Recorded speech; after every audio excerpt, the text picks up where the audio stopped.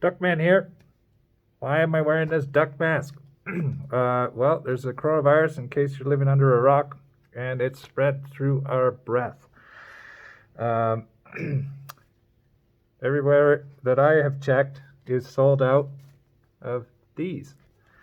That's a problem when you're fighting something like the coronavirus. So what can you do? Well, I'm here to tell you this here is a homemade duck mask. I'm going to show you how to make your own and why you might want to consider making your own. And I'm going to go over the different styles of masks that are out there right now, and just do a little quick review on what types I think are the best and what types are the worst to fight coronavirus, and how I settled on this funny looking thing on my face. So, the medical experts say this is the best kind of mask to fight the spread of the coronavirus. What's the reasoning for that? Well, this is a 3M 8210. That's not a reason, but it says here it'll filter out 95% of the particles above a certain size.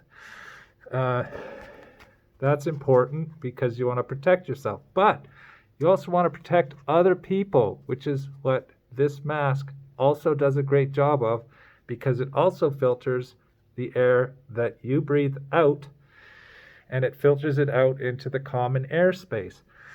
So that's a feature that's good about this mask, and this duck mask was modeled after this mask, and I'm going to get into the details why I did that. This mask here, this is a P100 type respirator. The P100 means it's good for oil. The P, oil, 100 is 100% of the particles over a certain size. I don't know what it is. What's bad about this style of mask in fighting the spread of coronavirus is if the wearer, the person wearing this mask, has the coronavirus, they're doing nothing to prevent the spread of the coronavirus through the air by wearing this mask. They're only filtering out the particles going in. If they already have coronavirus and don't know it, they're doing nothing by wearing this mask because it's unfiltered. See, it's a one-way valve here. There's a straight shot through to the person's mouth. Whenever they exhale, it just blows by this little flexible piece of rubber into the common air. That's what's better about this style or this style of mask to help spread or slow the spread of coronavirus.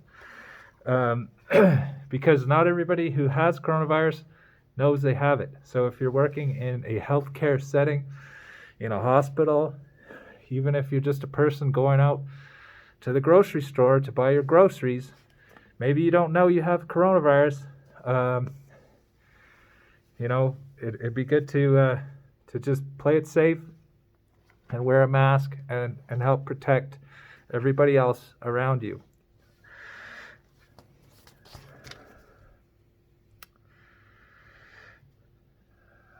Okay, there's other types of masks too, not only this is another type of mask. This is a 3M mask that is similar to this, but notice it has the exhalation valve. That would be ineffective in preventing the spread of coronavirus if the person wearing this has coronavirus. So this one, no good. This one, good.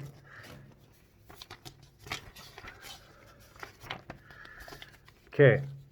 I'm just going to go over a few of the other different types of masks. Here's another style, different manufacturer. This would be bad in fighting coronavirus. Same thing, it's got that exhalation valve right there. It would let the coronavirus out into the common shared airspace where you're working with people who might be sick or your coworkers, whatever.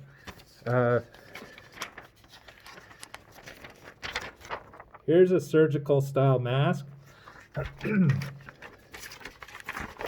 This one, in my opinion, doesn't do a very good job either. Why? There's big gaps here. Look at around this person's neck. And then there's a big gap here where the pleats in the mask, because of this fold in the fabric, it goes away from his face. Coronavirus could get out there or in there. So this one, while it's still better than that, marginally, it's really not doing much because you got a hole here. And so let's move on to the next type of mask.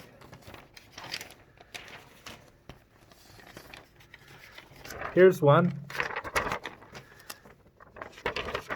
Why don't I like this mask? It's a surgical style. It's cheap. It only has these really flimsy ear loops. There's not a lot of tension sucking that mask, pulling it against this person's face.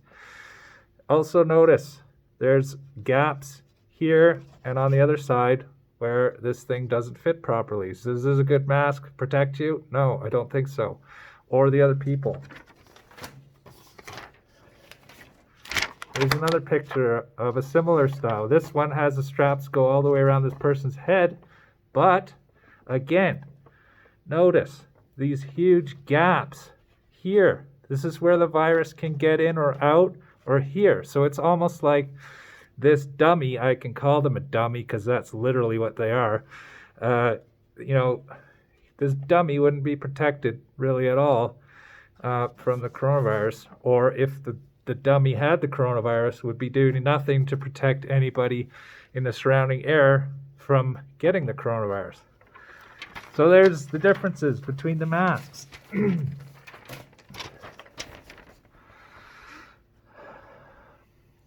I've just shown you the types that I feel are notoriously bad for achieving a good seal.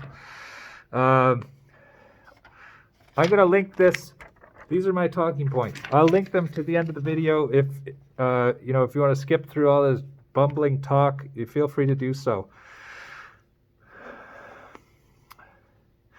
Okay, so any type of poor fitting surgical mask that has the big gaps on the top or sides, I think is not going to get a good seal, obviously, and it would make a bad piece of PPE to fight the coronavirus. Any mask that doesn't have a moldable nose strip or that doesn't have this flexible rubber seal on it would make a poor fit.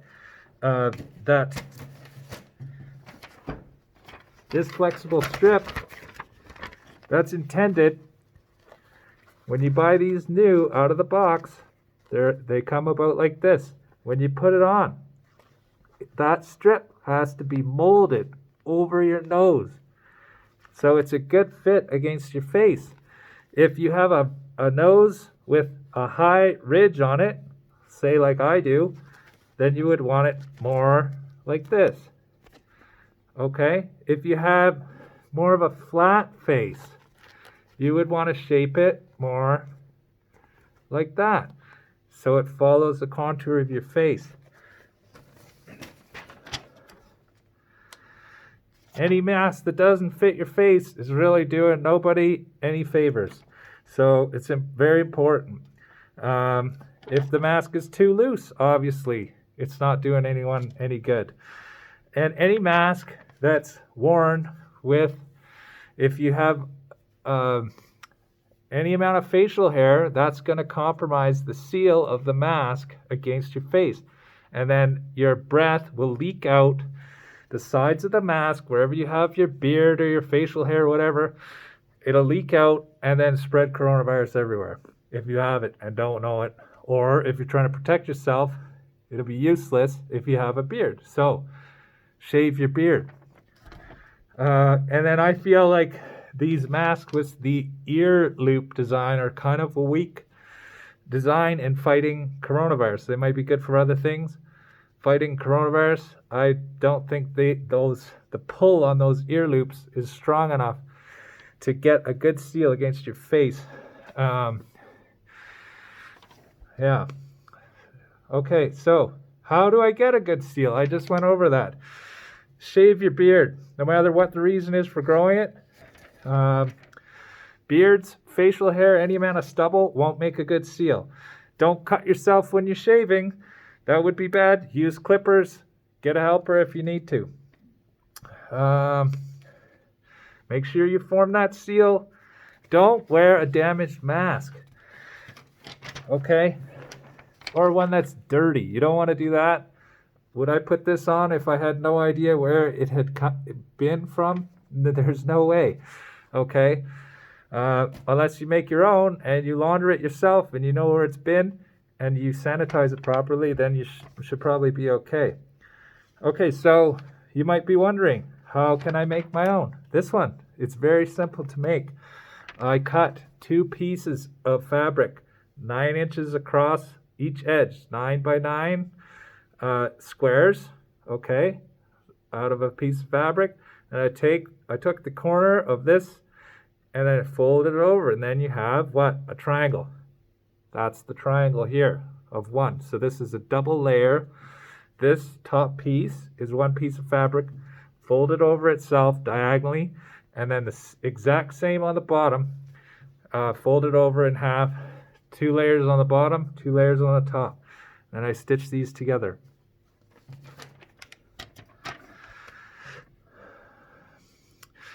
What kind of fabric do you use? I would suggest cotton, like natural fibers are best. Denim would probably work best if you have an old pair of jeans that you don't like. You could probably easily get 2 pieces of 9-inch by 9-inch squares cut out of that. You just have to be creative on what part of the pair of pants you cut it out of.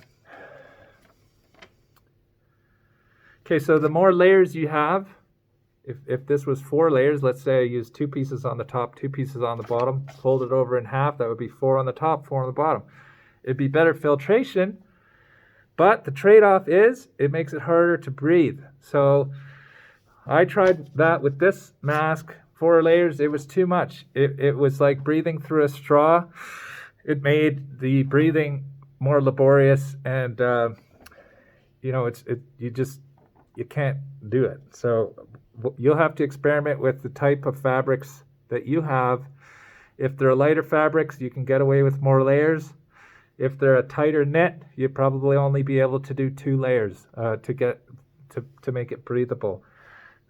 So then another critical part is we're going to copy this flexible aluminum strip from the 3M mask because it's a great idea.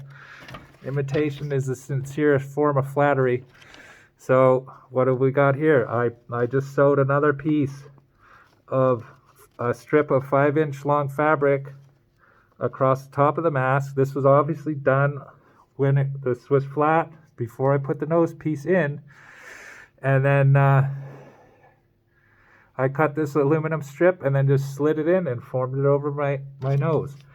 So the strip of aluminum, 1/4 inch wide by 6 to 7, or 1/4 inch wide, that's 6 or 7 millimeters metric, by 4.5 inches long. That's 12 centimeters long in the metric system.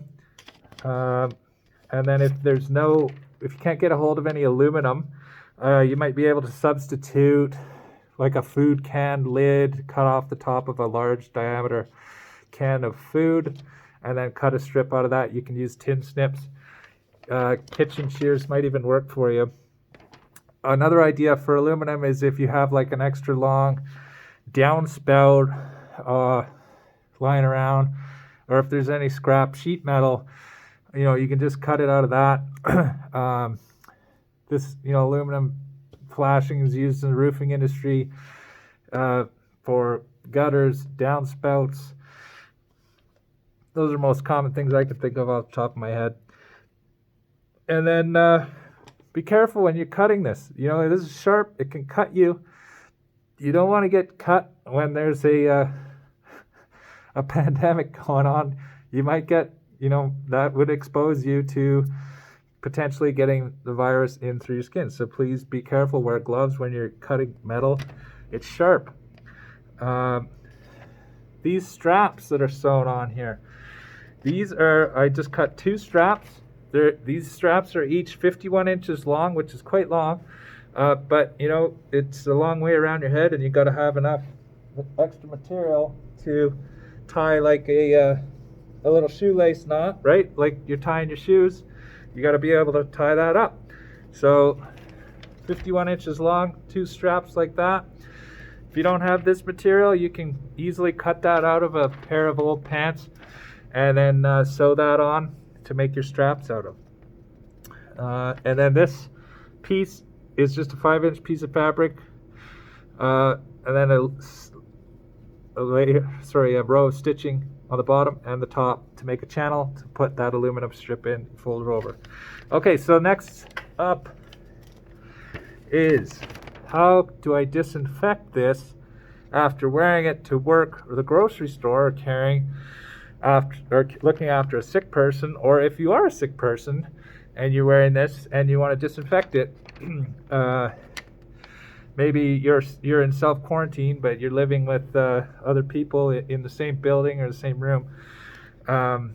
It's quite easy, I would say. Now, I'm not an expert in coronavirus. I don't think anybody is, otherwise we wouldn't be in this situation. But common sense tells me, put it in the washing machine on the hottest cycle with the laundry detergent, maybe a splash of bleach according to the bleach manufacturer's instruction. Wash it, dry it on the highest heat in the dryer on the most dry setting. So if you don't have a dryer, you can hang it up outdoors in the sun for at least a couple days to disinfect, because the UV light from the sun is a good natural disinfectant. So heat and dry air and UV light usually does a good job at disinfecting and killing virus and bacteria and those kinds of things. And lastly, okay, so if you know a CDC expert, someone in the healthcare industry who is an expert in contagious viruses of the like this coronavirus, please get them to review this video. Everybody is swamped right now, I think, dealing with this thing. The government is in crisis mode. Masks are sold out everywhere. I think if you got a sewing machine, you know somebody at home that can sew, or a friend, buddy, reach out, and maybe you can do this. And it'd be nice to see everybody who goes out into the public spaces to buy groceries, etc., wear something like this just as a common courtesy to the other people, especially the people that work in the stores.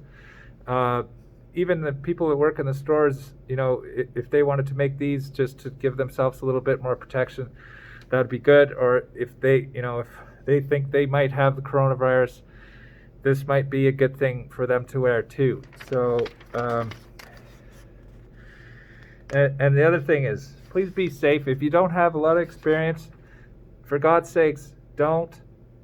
You know, sewing machines, you can puncture your finger pretty easily. That's the last thing we need is more people to end up in the hospitals with injuries from trying to sew these. So if you don't have a lot of sewing experience, contact a buddy, a friend, a grandma, aunt who does, and maybe share this video with them and see if they can help you to make some masks like this to help slow the spread of the coronavirus. That's about it. Thanks for watching. Stay safe, everybody. Quack.